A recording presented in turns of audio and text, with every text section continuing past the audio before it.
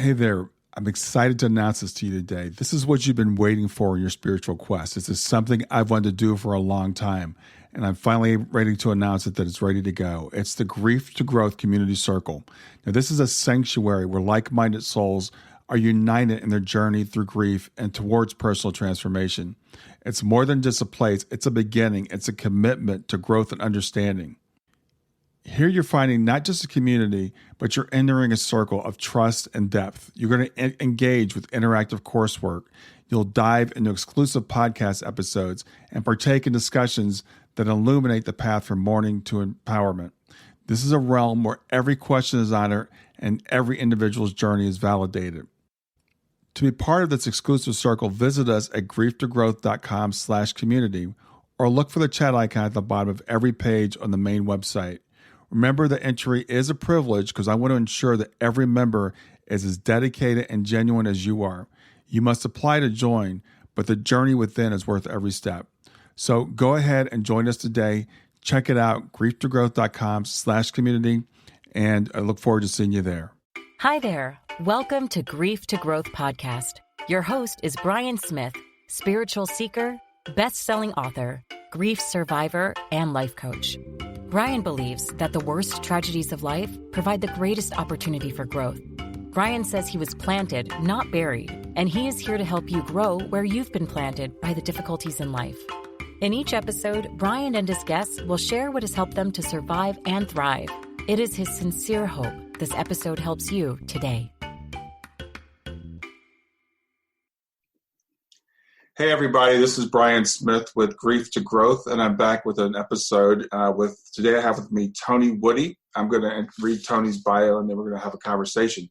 Tony's had some fascinating experiences. I'm going to just go over it really briefly and let him tell his story, and then we'll talk about the experiences he's had. But Tony Woody is a U.S. Navy Chief Petty Officer with 22 years of honorable service as an Instructor Flight Engineer on the P3 Orion aircraft.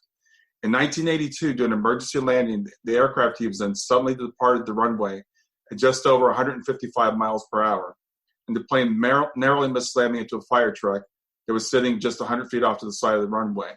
I'm going to let Tony tell the story, but at that point, Tony had what's called a spontaneous out-of-body experience, which is kind of like a near-death experience without actually physically dying. And that led to a series of spiritually transformative experiences, or STEs. And again, we'll go into those in more detail. But with that, I want to introduce Tony Woody and welcome you to the show. How you doing? Great, Tony. I appreciate you being here. What I want to do today is talk about your experiences. And let's start off with this first experience that you had. I heard you on Sandra Champlain's show. We were talking about before we got on the air, like 3 years ago. You were telling about this experience you had when you were on the plane and it veered off the runway. So if you could just take it from there, let me know what happened. Okay. Well, what we were doing, the aircraft was a 70-ton, 4-engine heavyweight turboprop aircraft. Like you said, it's called the P3 Orion. They have the EP3 aircraft, which is the spy plane version of that aircraft, which I also flew missions in those. Mm-hmm. But we were I was stationed at Barbers Point, Hawaii Naval Air Station, and it was 1982, and we were on our way out as a crew, my 12 crew members, to go do a patrol for the RIM pack exercises. It's called Rim of the Pacific, which is probably one of the largest, or is, I think, the largest military joint exercise on the planet that back then it was. And so it was my crew's turn to go do their 12-hour flight. We had a plane that we knew had been having engine problems on one of the engines before. It was making metal called a chips light. And but it kept checking out okay after maintenance. So we took it. I knew the problem existed and it could happen again. And we got out. Now we're heavy. We're going out for a 12-hour flight. So we loaded up everything, fuel, max load of fuel, everything, max allowable takeoff weight. And on climb out, we got to about 10,000 feet and chips light came on number one engine. And I called it out. We had to shut it down. And obviously we're not going to go do the 12-hour mission now. So we had to dump fuel, but you can't dump all you would like to get down to max allowable land weight. If you exceed that, you could cause structural damage to the airplane if you hit too hard. So we had to fly around a while and declared an emergency. And on our approach, we were coming in on parallel runways, landing on runway 040 left. 040 was the heading. And because it's an emergency landing, they have fire trucks pre-positioned on the sides of the runway, 2 here and then 2 further down. And as you go past them, you know, the next two, the 2 will pull in right behind you and chase you down the runway, and then the next 2 behind them, and so on. And usually that's a great thing. That's what you want, to have those guys there immediately if you need them. Well, that day it was problematic, I guess way to put it. And we even, you know, the pilot briefed the emergency landing. We did everything else right. He just put in incorrect rudder, thinking he was putting in, you expect a swerve to the right. You got an engine out on the left. You got more horsepower pulling you back on one side than the other, so you're going to swerve. And so you correct with the rudder. Well, he did correct with the rudder, but he corrected incorrectly. And the next thing you know, at those speeds, it's 135 knots, which is over 155 miles an hour. We departed the runway very quickly. And the next thing I know, I got death coming at me at 135 knots, and I knew it. And there was absolutely nothing I could do about it. And I've never experienced terror like that before, or that much helplessness. There's just nothing I could do. And you won't believe how much goes through your mind when you know you've only got a couple of seconds, maybe. Yeah, they say everything kind of slows down. Oh, yeah. And nothing in my military training prepared me for anything like this. Nothing. So when that happened and I had that raw terror, the next thing I knew, I was outside the airplane, above everything, probably 30 feet or something like that, looking down on the whole scene. I could see everything. But I'm still in the chair, the flight engineer seat, which faces forward. So I got a 180-degree commanding view of the airplane. I'm the guy that shoves the power levers forward on takeoff after the pilot. He initiates it, and he calls the engineer to finish setting power. So I've got a frontal view of all of this. And when we departed the runway, I knew I was going to die. I just didn't see any way out. There was no way out. And so the me in the airplane was still experiencing that terror. The me outside the airplane was just like an observer, calm, not fearing anything, just watching everything, I guess. So you were co-located at this time, is that right? Yeah, I was in multiple places at once. Okay. And trying to figure out what's going on. I'm very confused and scared and don't understand any of this. And then I started, me in the flight station saw this Pepsi can fly by. I don't know where this thing, now we're off the runway. Wait a minute, before that, we're headed toward the fire truck. So the me that was outside, there's the front leading edge of the fire truck. I could see as we passed it, the number 4 propeller blade, one of the blades barely missed the front left corner of that fire truck, and then the other blade passed just behind it. Wow. I saw that. How could I see that? You know, clear as day, I saw it all. I saw the guy screaming on the water cannon on top of the fire truck. I could see him screaming to the top of his lungs. I was witnessing all of this, trying to figure it out. And we missed the fire truck. Somehow we just, by the grace of God, we missed it. And wingtip literally went over the truck. And we went at an angle from there all the way across the asphalt, headed toward the other runway. And it's a place where you're not supposed to be. There's no airplanes that taxi there or anything. It's just asphalt. It's not where nobody's supposed to be there in an airplane. Right. And there's a lot of debris and dust out there that doesn't get blown away off the runway, like from the planes, you know. And the next thing is the pilot started going into reverse thrust. Anything that was in the air being disturbed by the plane, I started seeing all of that too. I became these places. I was really confused and didn't know what was going on. I didn't know if I was dead already. I didn't understand. And we came to a screeching halt. Not screeching really, but we came to a halt on the other runway. We ended up rolling out on the other runway. Half the plane was the right main mount and the nose gear. It popped up on the runway, and the other left main mount still off. So there's a little slope there for the rain. So the plane's kind of sitting like this, and the engines are running, and the me that was outside, and all of the different perspectives I was having at that time was going on all the way until the plane stopped. And then when it lurched to a stop, all of these different, I call it like a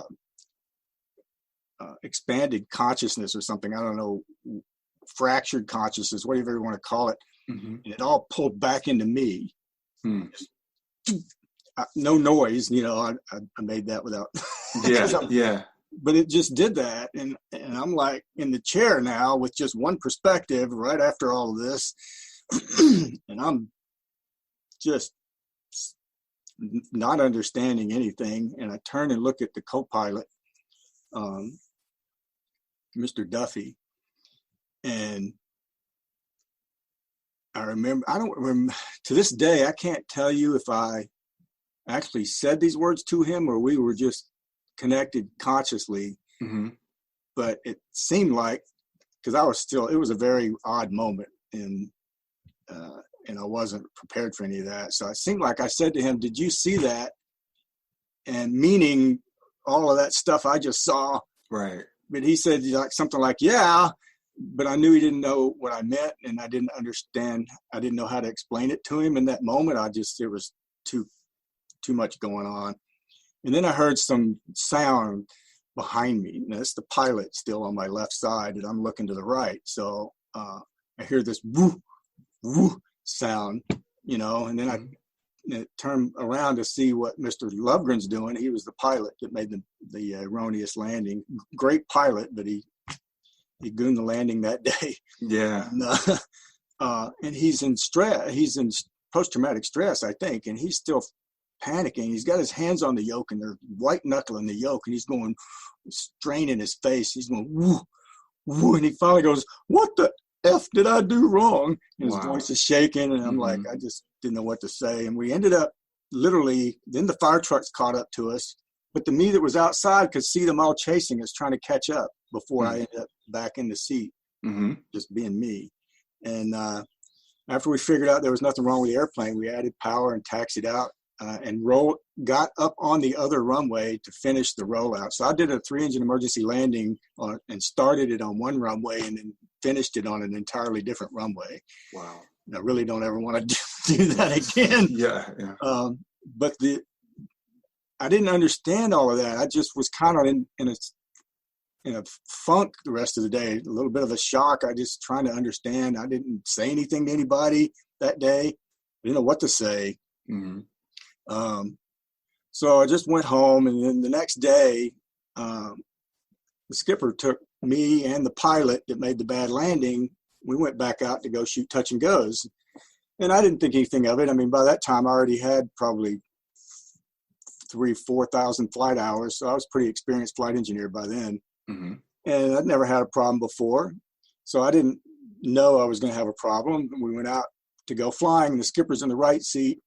And my chair is a little bit aft of the pilot's chairs, but when I bend over, my head, all you can see is the co-pilot, which would be the skipper, could only really see the back of my head or the side. You can't see my face when I'm pushing the power levers up or preparing to. So one of the things a flight engineer has to do is, in case it's a wave off, that's my job to shove the power levers. So I lean forward to do that. Normally I would just sit up on the approach after we got in the air to make the landing and just have a 180-degree commanding view and see everything, right? And so we started making the approach, the same one we did the day before on the same runway, and I started having post-traumatic stress anxiety, and I didn't understand what was going on then either. I just never heard of that. It's back in 1982, they didn't, something like that happened back then. They didn't take you to the psychiatrist and have you do none of that. They put you back on the horse and see if you could ride again. Right. And that's literally what happened. So I knew if the skipper saw my face and knew I was emotionally, mentally not there and ahead of the airplane, because that's the last thing you want to do is let the plane get ahead of you.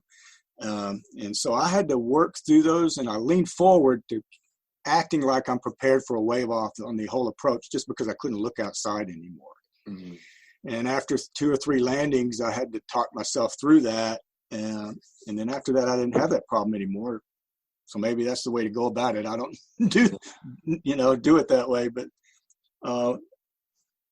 and then I know this doesn't sound connected, but I know somehow they are. And that day, by the way, I had that fear and that terror again on that approach. So I was feeling all those emotions. But the next day, on a Wednesday, and I know this sounds unrelated, but somehow there was a door opened up that day on that Monday, it was a Monday for the incident. Tuesday was the refly. Mm-hmm. Wednesday, I'm watching a television show on TV called That's Incredible. I had a guy on there named Leslie Lemke, and they were telling his story, and I won't get into the details of it, but I felt I was watching a miracle. I was seeing a miracle. I mean, I was 24 years old, and I didn't understand. I know now everything's a miracle, but I didn't know that at 24, right. Right. And so I said a simple prayer that night before I went to sleep of just genuine gratitude of, Lord, it went like this, that I was grateful for having seen that miracle, and it'd be nice if you could do something like that for me someday. Careful what you ask for. You just might get it. And I went to sleep, and I didn't even say that prayer out loud. I was just on my back in bed, in my head, little 10-second prayer in your head. You know, who thinks something like that's going to make a big difference, right? And I don't know what time it was, like 3:30, 4 in the morning. We called it "Oh Dark 30" in the military. There was no tunnel that I went through or anything like that. It was instantaneous shift in my location of my consciousness. And the next thing I know, I'm in a black void and I'm looking right at the heart of God pouring out liquid, molten, golden white, living light that was blasting through me. And I was just dumbfounded. I couldn't even think. And I said 3 words. I said, "Oh my goodness." And the whole time what I was experiencing was the beauty. I've seen the most beautiful thing in existence, Brian. I was looking right at it. And the power, infinite intelligence and wisdom, which are one and the same. You can't have one without the other. And infinite unconditional love blasting out in all directions, liquid, molten, golden white light that was infinitely graceful. Everything was like that. And the instant I said the word goodness, I said, "Oh my goodness." And I didn't understand. So I had the prayer, so that call got answered, right? God loves us so much, the call compels the answer. So that's why that happened. And excuse me, losing a little train of thought there. It's just, it was still overwhelming to me. Yeah, I can tell. You know, it's just when people tell these stories, you can see you're going right back to where you were. Yeah, it does that. Good, but it pulls me away from my focus. So is your memory of this like it just happened yesterday? Yeah, it can be like that. And so the love was off the charts. And what I was experiencing first was profound unconditional love. That was the most amazing part of it. It was like God, the emotion coming from God's heart right to me, and then enfolded me and filled me up from inside. And I don't know how to explain that either. I don't know how to tell people what a place of spaceless space and timeless time looks and feels like while you're standing in the presence of your creator. But I'll tell you something, you darn well know it when you're there.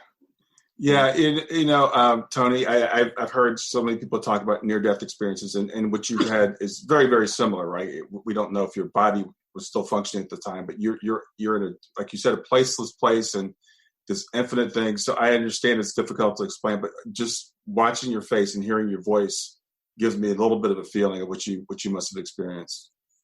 Well, one of the analogies I use now and I knew how precious I was. There were so many things being said to me without any words. It was all a knowing. You just know.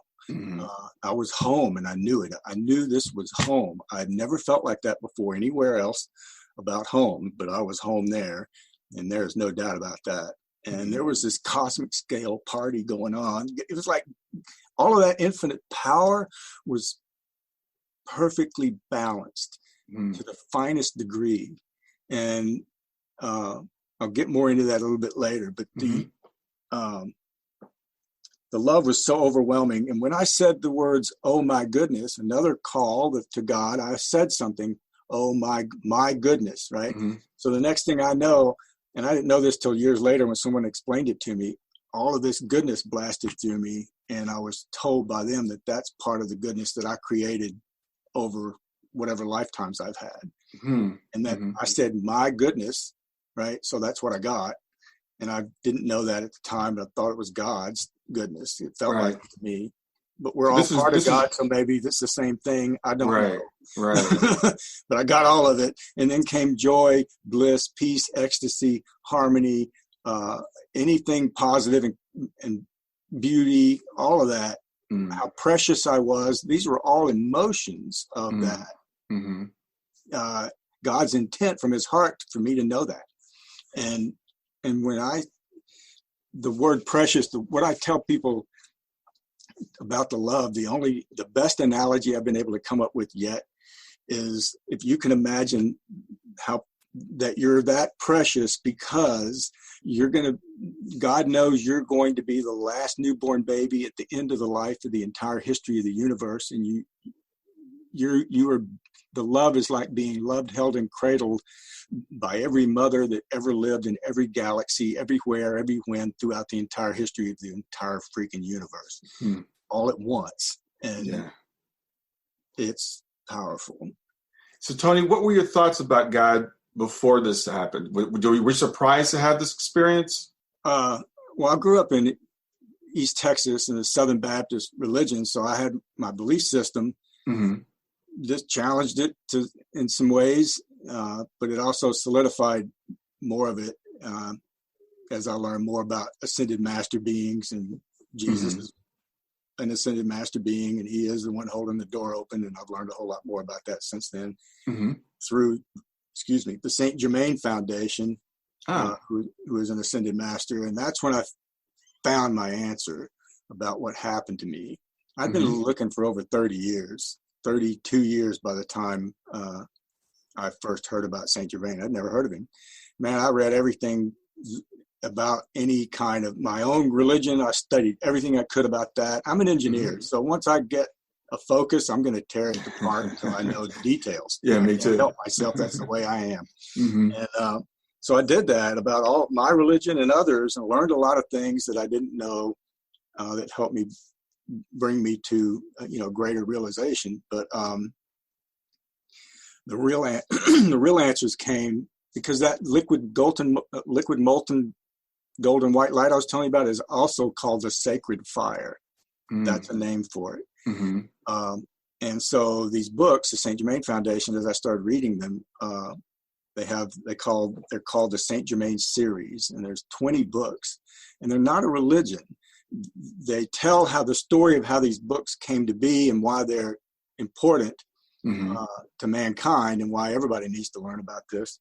But it's an education on how the energy that I experienced in the light works. It was pure energy there. It was intelligent energy, but it's pure energy state. And that's where I went. And it's so powerful that if God wants to yank your consciousness out of this dimension and into another one and put it back at will using the power of thought alone, and there's absolutely nothing you can do about it. And that's what happened to me. So I want to before we finish the Saint Germain stuff, I want to get back to what happened in the bedroom. When that shift happened and I'm just dumbfounded, I don't know if it was an instant or eternity. There's no difference. I call it my moment in eternity. You can't tell. It's the same thing. And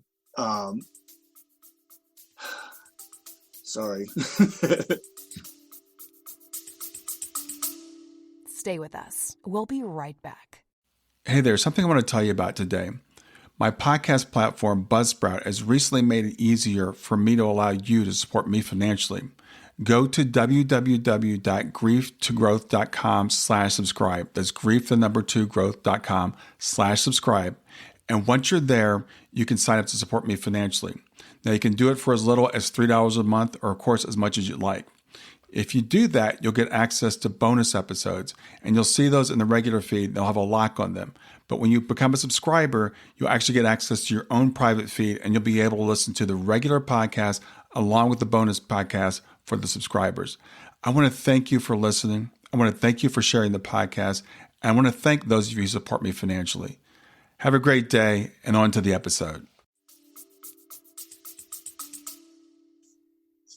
So you're experiencing this infinite love, wisdom, the light. You're feeling cradled, and you were talking about the flame, the flame that you were seeing or you experienced. What happened in the bedroom? Yeah, I'm seeing this light, and the next thing I see, and I didn't want to think. I didn't want to be anywhere. I didn't think about my wife or family. None of that can happen. You just can't. You're just. Consciousness is filled with this. And I started seeing these hands out in front of me start to, in my peripheral vision, start to materialize, I guess you want to call it that. And then more started materializing outside of that, and it was the bedroom that I was in. And I had sat up in bed, not knowing this, and I had my arms out, reaching to the light, not knowing that. And then as more of the room came in, I could see my wife's back was to me because I could tell by the position of her feet. And I remember thinking, how can she sleep through this? It's like a billion stars in the room. You know, I mean, it was so bright. How can anybody sleep through this? And then that's when it struck me that this is real. This is really happening to me. I'm not asleep. I'm not dreaming. I'm awake, and this is happening. And the moment I think God knew, the moment God knew I knew, the outer circle, this circle was big. It was probably 10 feet or so that took the whole wall at the other end of the room away. It was just gone. And between that, on the other side of that wall was my son's, he was about 3.5 years old, was his bed. And I'll say more about that later. Okay. But the instant I realized it was real, it started shrinking down about that speed, about 1.5, maybe 2 seconds max. It went from 10 feet and then went away. And that's when I just broke down. Yeah. Because I was grieving, not understanding that. I was grieving the loss of the greatest love I'll ever know. And I wasn't told anything verbally. I didn't know why it happened to me. I didn't know what I was supposed to do with it. I didn't understand anything. So I want to make sure that I understand. So you found yourself in the presence, you were in the void, and then you saw the light, the flame and the light. So were you co-located? Were you seeing yourself back in the bedroom again? So you were in both places? Not that time. It was just my perspective from. Okay, so after you found yourself back in your body in your bedroom, then you saw the portal. Yeah, okay. It was just like my eyes never changed perspective as far as the view. It's just the room around me changed. So it kind of came back. I don't even know how to explain that. Yeah, you did. You explained it very well.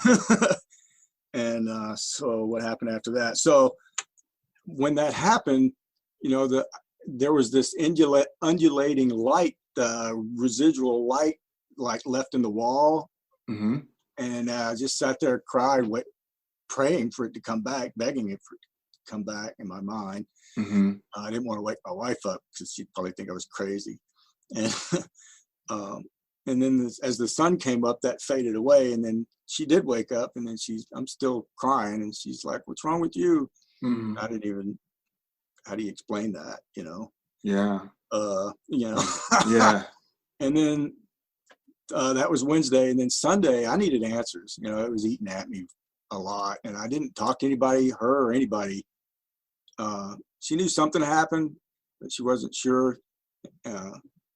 can't remember if I told her or not, but so that following Sunday, we went to the Y&I Baptist Church on the west end of the island. We were living in some apartments that were out that way anyway, so it was just a few minutes from our apartment.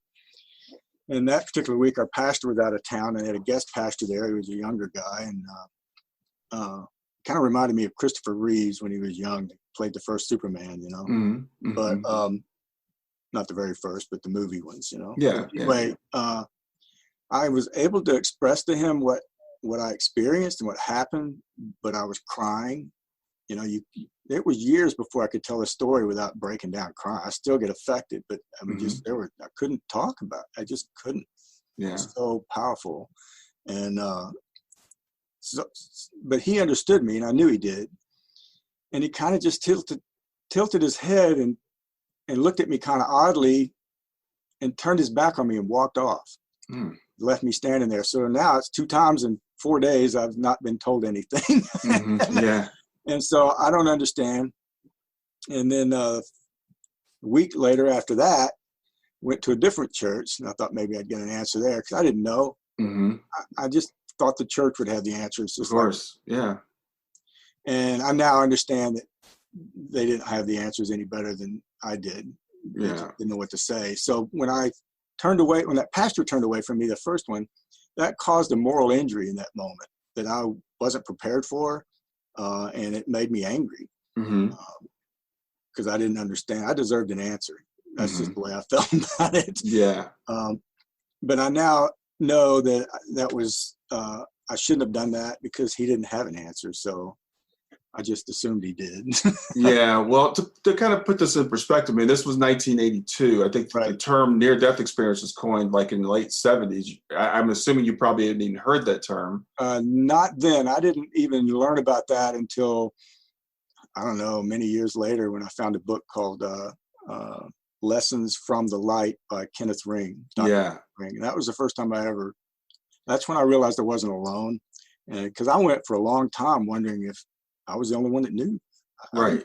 But here's what else happened is this lieutenant commander at that church, with that second church we went to,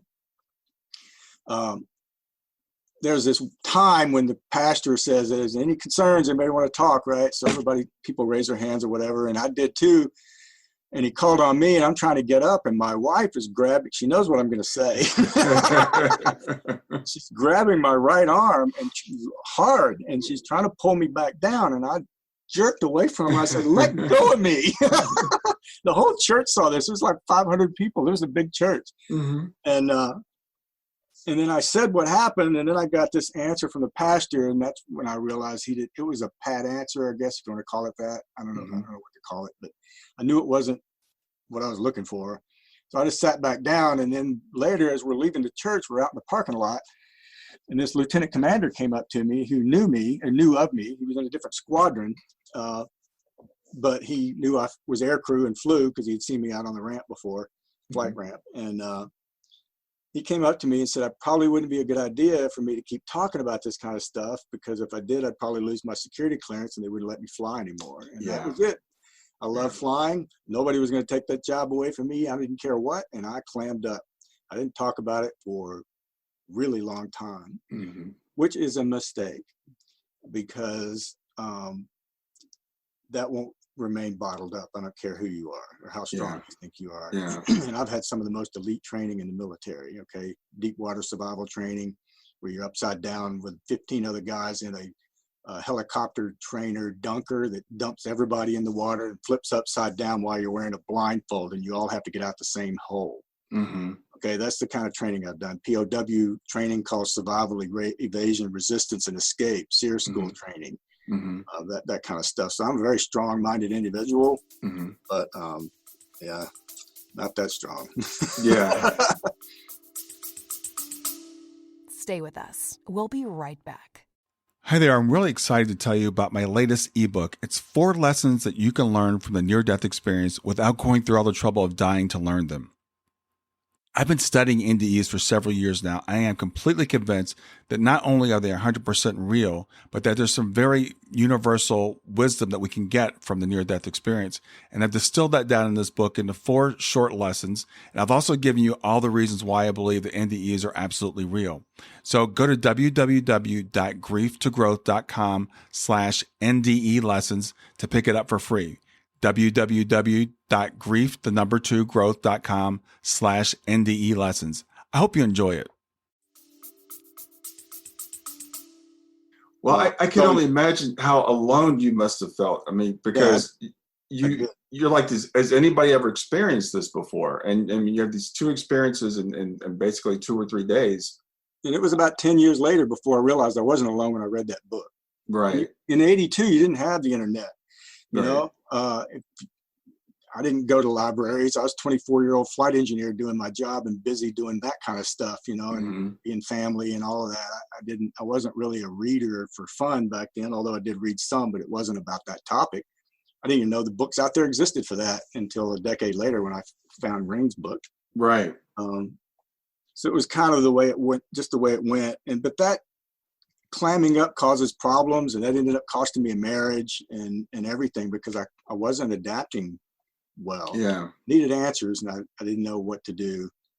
And then years later, as I learned more and more over the decades, I ended up learning about the Saint Germain Foundation when a lady named Lily had brought it to me.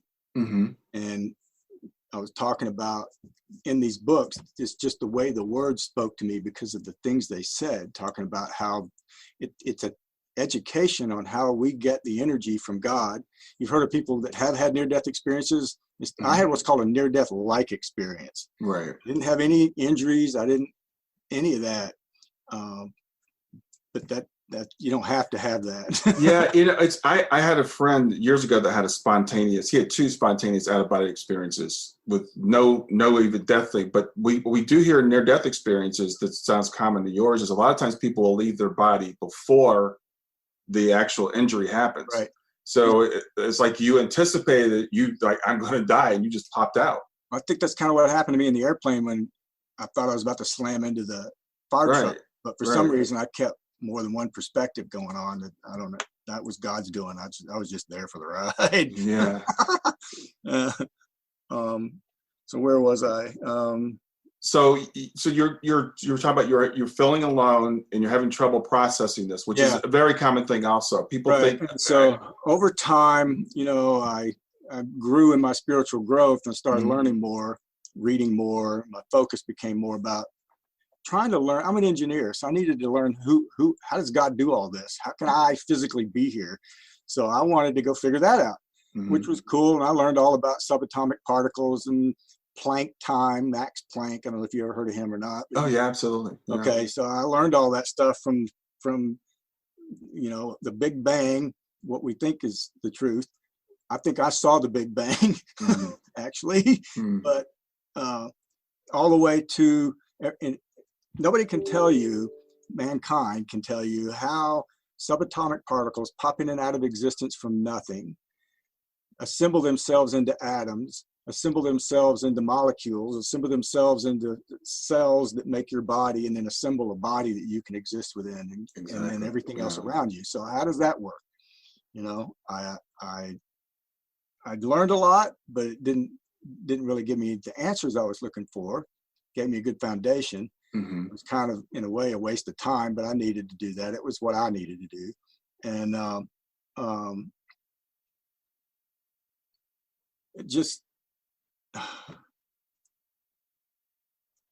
until I found these books, I didn't have an answer on how the energy works and how it is we're all here to get the final part of that answer. Wow. So you've heard people talk about having a near-death experience where they go through the tube or the tunnel. Well, the Saint Germain books call that the tube of light. That is the light that God is giving to us. It comes down to us in a perfected state. I know perfection exists because I experienced it. Okay. In essence, I ascended into a perfected state and then was put back. All right. So I knew the standard I was looking for. So all the other books and religions and everything else I looked at, they all of them had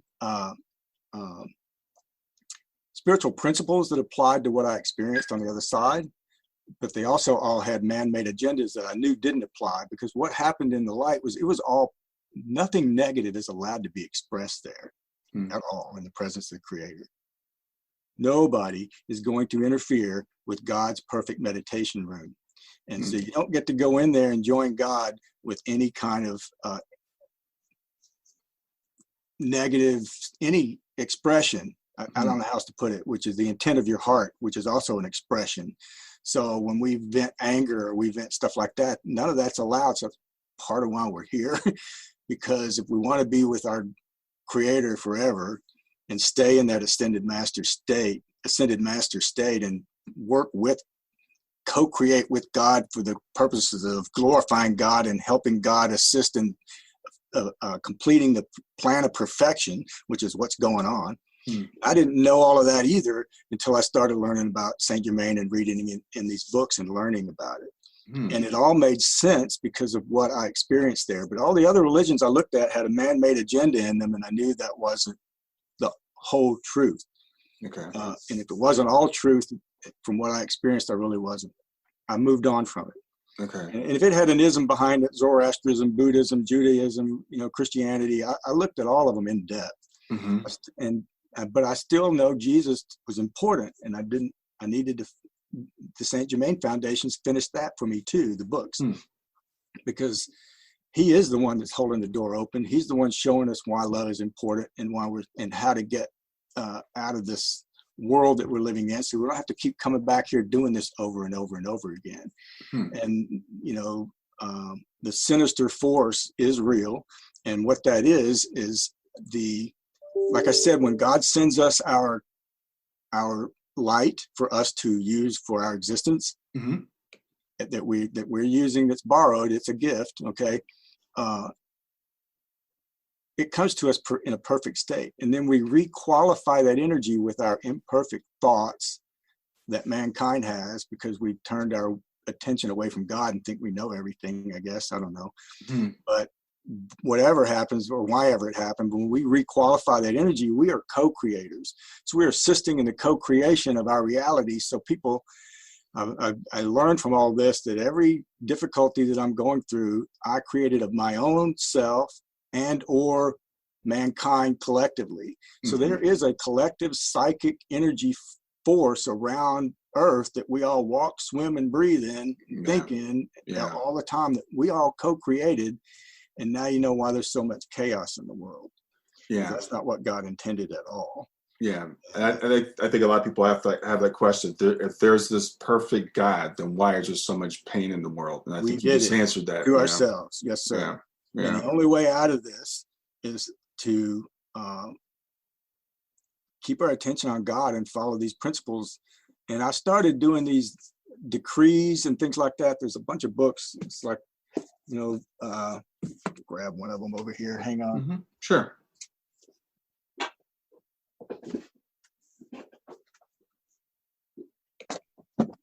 I don't know if you can see this, but there's the I Am Decrees books, and there's all kinds of decrees in here. And I am is the two most powerful words in the universe, because when you use the word I am, you are invoking the power of the mighty I am presence within you.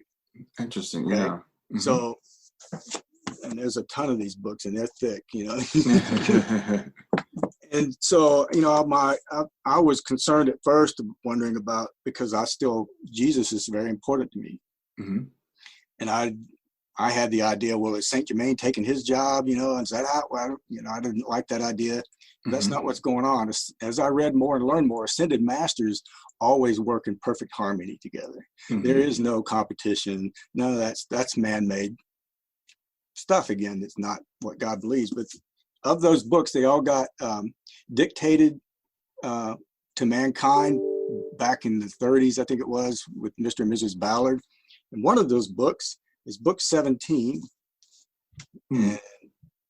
called the I Am Discourses, the Saint Germain Series, and that whole book is Jesus's words. Okay. And so that helped me a lot to figure out how this all fit together. Mm-hmm. There are many and many other ascended masters, Archangel Michael, a lot of them, and they're all there working for God to help bring us home and get us awake and get us out of this dark shadows of the universe that we live in. And that's where I've come with all of this. Yeah. Now I've had other experiences because of these studies. Yeah, you mentioned, I think you've had a couple of other experiences since the one we talked about in the bedroom. So tell me about those. One of them happened in 2017.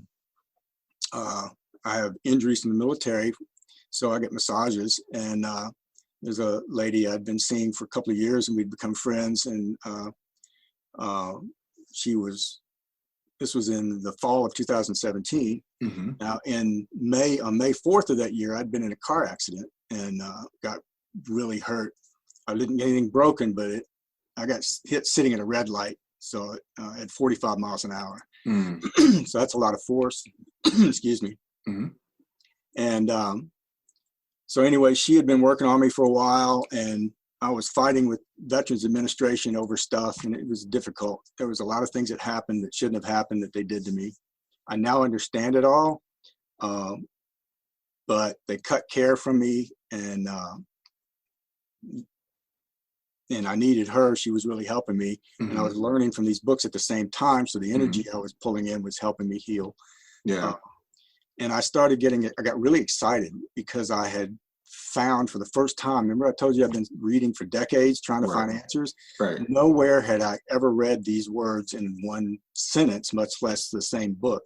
It called the place I went, the Great Silent Chamber. Perfect analogy of that place. Mm-hmm. There was no sound whatsoever. You know, people say, well, that's God's perfect meditation room. People say, well, when I meditate, I don't hear anything, you know, it's all quiet. Really? Is it? You hear your heartbeat, you hear your breathing, not there. Mm-hmm. Perfection, silence, perfected. Mm-hmm. All right. Like I said, everything there's perfected. There's nothing that isn't. Mm-hmm. So where was I? We were talking about the experience that you had. Oh yeah. So that energy is unmistakable. Mm-hmm. You know, it's a commanding, and infinitely tender, but infinitely powerful and in command energy. Mm-hmm. I don't even know how to put that into words. It can take over your mind, your will, and your body. Okay. And this is what happened to us. Okay. And actually, I want to bring this up. See if I can read that, if I can find it. No, that's not it.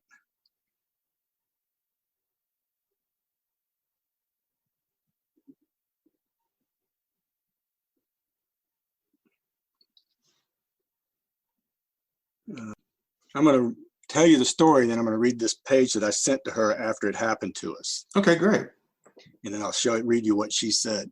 Okay. So I'm on my back and she's working on my right hip and thigh. And she had been going through some life struggles and we were friends by then. So we were, you know, helping each other get stuff off our chest, right? Mm-hmm. And so I'm on my back and she's working on my right thigh and hip. And I had my head up off the table so I could look at her, and she's looking down at me, working on me. And I said the words that I was excited, and I found that not just the Great Silent Chamber, but these words were in the book too, when it called it the liquid, molten, golden, white, living light. Oh, wow. And I said those words to her, and the instant I said the word light, profound, infinite power of divine peace enfolded and expanded. I could feel it pushing out in me. It was expanding within me. And all I could do was, it cut my voice off. I could not talk anymore. I couldn't think anymore. I couldn't do anything. I just dropped my head back on the table and I was crying with tears going down the side of my head. My head laying flat, right? And it went on for a long time. I have no idea how long. But it's clear it's divine power. There is no mistake. Okay. And when it finally subsided, I raised my head up off the table and I looked at Rosalind. I said, "Did you feel that?" And she was 7 months pregnant and was going to have a baby boy. Okay. Mm-hmm. She had already named him. And she goes, "Uh-huh." And Noah did too. Oh, wow. It went through all three of us. So this isn't just happening to me, it's happening through me to others. And then that VA problem I was telling you about, that escalated into a point where there's now an FBI investigation going on because of what they did to me. So I don't want to get into the details of that because it's an ongoing investigation, but it is going on. Okay. When I went to go interview with the two agents, both female agents, and they're probably mid-40s, I think. It was in Bedford, New Hampshire at the field office there. And they have their own security protocols they have to go through because it's a government federal facility, right? And so they told me, they let me in. There's a cipher lock door that they go in through. So they let me in there. And then there's another one behind that I don't get to go behind because that's called the SCIF, the Specially Compartmented Information Facility. And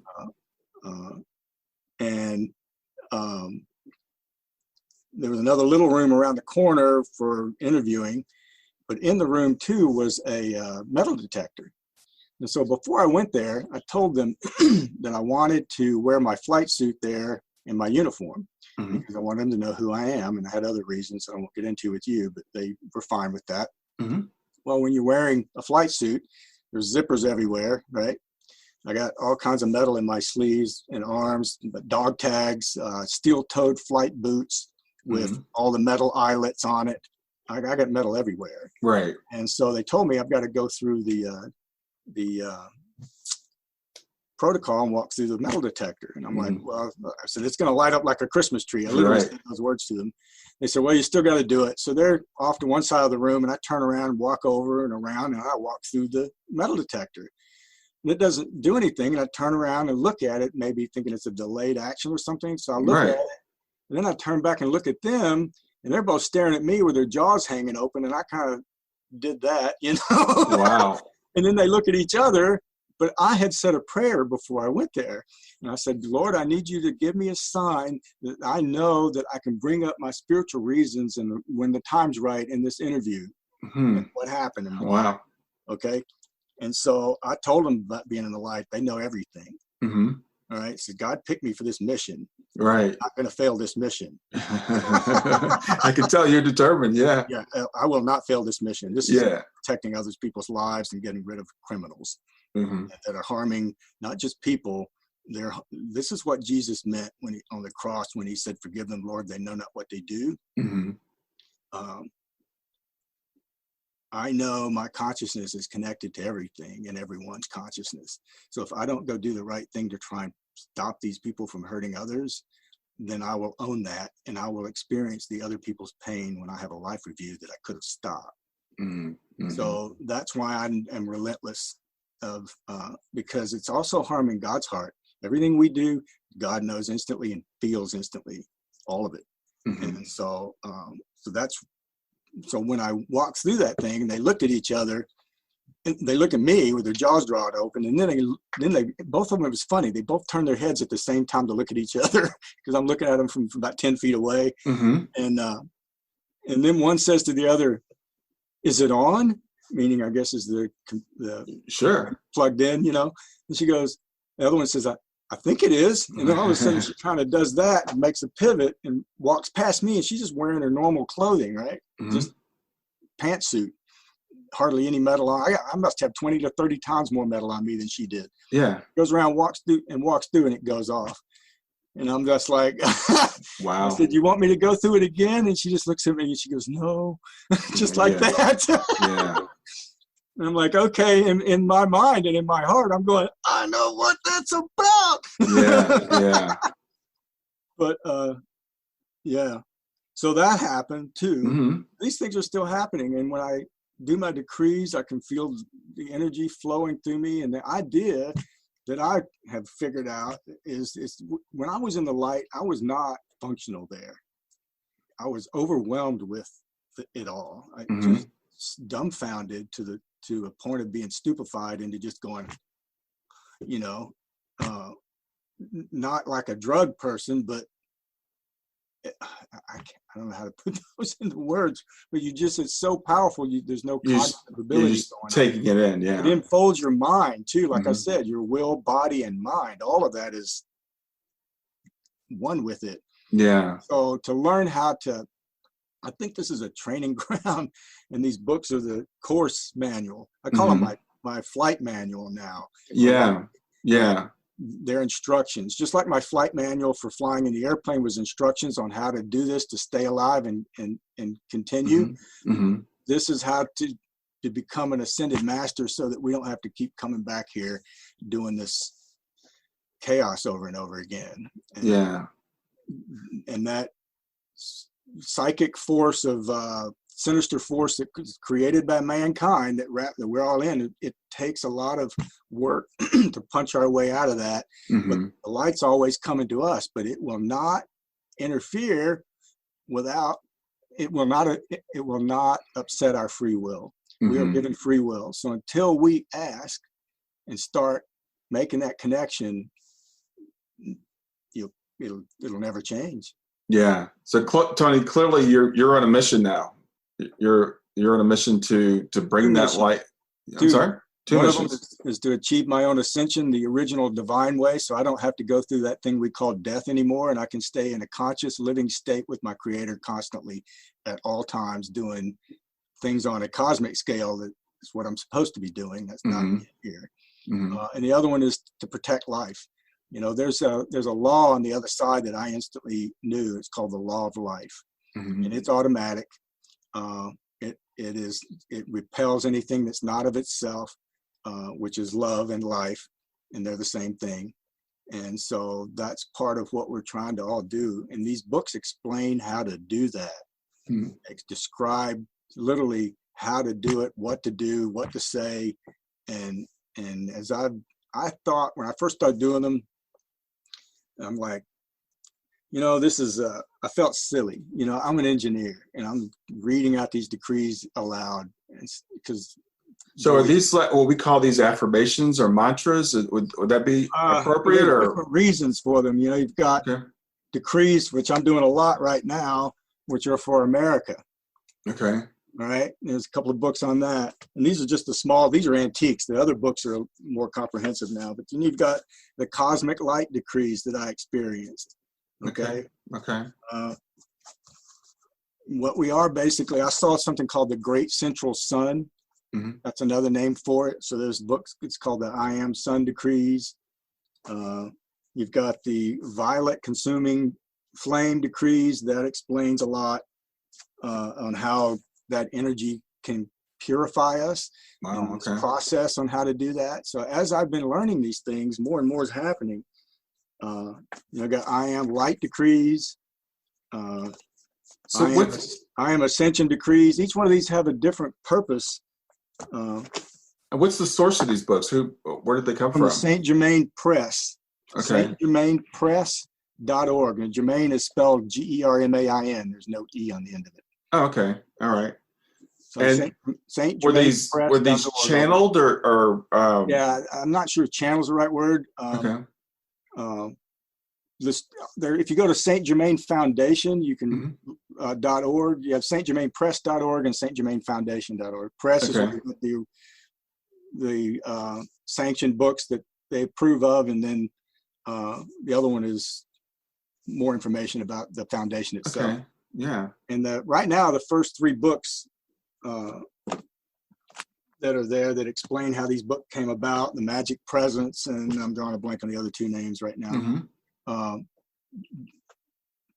I read those first, and I kind of read between the lines. It tells the story, but it also had information in there that resonated with me. And that's when I knew I was reading the truth as far as I could tell.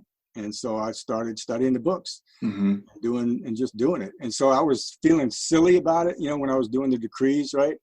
Until this VA stuff happened. And I quit caring if it was silly or not. Yeah. Put my whole heart into it. I don't see it over here right now, but I pretended like I'm holding Archangel Michael's blue flame sword in my hand. and I'm cutting all of these lines of discord. I'm calling it out, decreeing that God cut all the lines of discord from anything that has anything to do with the VA and what they're doing to me, and have it burn back to them like a lit line of gunpowder, and it explodes in their faces. And I envision that. Mm-hmm. And so when we decree for something that's positive, good, and constructive, mm-hmm. God will go out of his way to make it happen, and in a way that everybody gets their love lessons. So I don't go into this with resentment or anything toward anybody, because mm-hmm. then I'm no better than what I'm claiming I'm trying to fight. Yeah. And so I have to keep my heart clear when I handle these situations. Yeah. And maintain a poise about myself that requires focus and purpose. So Tony, what would you say to someone that says, what's the purpose for us being here? What are we on here on earth to do? To achieve our ascended master state, so we don't have to come back here and deal with these hard lives. Okay. And to be able, that's our home, and that's where we belong. That's what God wants for us. That's our destiny, whether any mm-hmm. of us know it, believe it or not. Nobody is going to be left behind. God's love is too great for that, and mm-hmm. God's patience is infinite, and God's heart is relentlessly in love with you. And yeah. God's insanely in love with all of us. I had no idea love could be like that when I was there, and what we're trying to do is to become that. Yeah, it's interesting when you said that. It reminded me. I started off as a Christian, and I got into something called Christian Universalism, and I read a book by a guy named Thomas Talbot, and it was called The Inescapable Love of God. And I know some people believe that, okay, so we come here, we have one chance, we get it right or wrong, it's binary, we go to heaven or we go to hell, and it's an eternal thing. And what this book was basically saying is like, no, God's love will not let anybody escape. And that God is infinitely patient, as you said, and infinitely loving. Right. And if he has to give you a chance to do it over and over and over again, then he's going to give you that chance. Is that what I hear you saying? And many chances, nobody's left behind. Yeah. Nobody. And these books teach how we are re-embodiment. It's not reincarnation, it's re-embodiment. Reincarnation means you can come back as something else, an animal or something. Mm-hmm. Not this, you keep coming back in a human form, but different each time. It's like a coat, you can take it off and put a new one on, mm-hmm. and it looks different. Oh, I got a new coat today. Mm-hmm. So I'm tired of all the coats. I want the armor. I want the light of armor. Yeah. And I don't have to wear a coat anymore. Yeah. And that's what I'm working towards. And these books teach how to do that, and it's working. Yeah, flat out working. That's awesome. Well, Tony, I really appreciate you sitting down and taking the time with me today to tell me about your story and what you've discovered, and the hope that you give to people that we're all part of God, and we're all going back home, eventually. And if we have to do it over again, I guess we'll do it over again. But hopefully we can bypass some of that. I'm sorry. I'd rather not. Yeah, I think. Well, I deal with a lot of parents who've had children, pass, and most of us say, "I don't want to do this again. This is a hard life. This is a hard place to be." But there's infinite hope, because there is a God. God is real. Yeah. I stood in the presence of my Creator, and believe me, you can't not know that when you're there. So that changed everything. But what other thing I wanted to talk about was the moral injury side. Mm-hmm. And the gap in care that's going on out there. Yeah, let's do that. Mm-hmm. Where the like the frontline providers, doctors, nurses, ER, firemen, policemen, whatever situation you want to put it into, military, they're having these experiences all the time. This is happening every day. Mm-hmm. And most of these people have no understanding of what an NDE is, mm-hmm. much less that there's after effects from having one. Yes. Yeah. Causes all kinds of emotional problems. And if they're not handled properly in the very beginning, when someone's seeking help, which didn't happen with me, all I needed in the beginning, Brian, was validation. Mm-hmm. Right. That was it. Right. I didn't get that at all. I got ridiculed. I got told to shut up. I got everything but that. And that caused a moral injury that affected my life and a bunch of other people's lives, because I was lost, really. And so Lilia coined this phrase. She was more knowledgeable about it than me, but called the gap in care, and I learned a lot of it from her. Mm-hmm. And that's what I spoke with about at the IONS conference, and that's when I met Bill McDonald. Yeah. But the gap in care aspect is critically important before any of this can be handled properly to prevent these moral injuries that I went through that affected not just me, but my wife, my son, other people. It just goes on and on and on. Yeah, I think that would have been so different if it had just been validated in the beginning. That's very, very important. And I interviewed PMH Atwater not too long ago, and she was talking about the fact it takes most people 7 to 14 years to integrate the near-death experience, if not longer. And that, there is this lack of understanding and not being able to talk to people, and people, it can create all kinds of issues for people. So you're absolutely right. We need to be able to care for those people who have that and to validate their experiences and to allow them to speak about them. And IONS is a fantastic organization, which we should probably mention here. I actually attend IONS meetings myself. I haven't had a near-death experience. But just so people know what IONS means, it's International Association for Near-Death Studies, INDS. Yeah, it's a great organization. So for anyone that's had an experience like this, it's a safe place to go talk about it. And I know you work with IONS, and you and I actually met through Lilia, who you've mentioned a couple of times, and Lilia is doing fantastic work also. Because of her, I'm in a video now called Understanding Veterans' Near-Death Experiences with other veterans and some professionals. Suzanne Giesman's in there. I haven't worked with her yet. Yeah, retired Navy commander. I know Suzanne. Yeah, and it's just been really good. But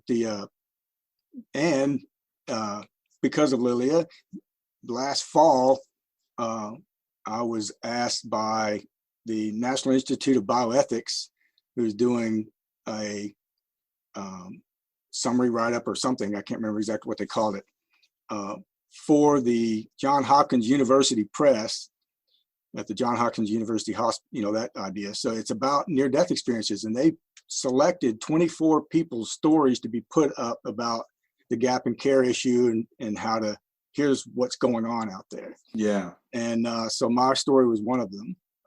But what was really cool, because God's always sending messages, you just got to be able to pick up on them, right? Or notice it.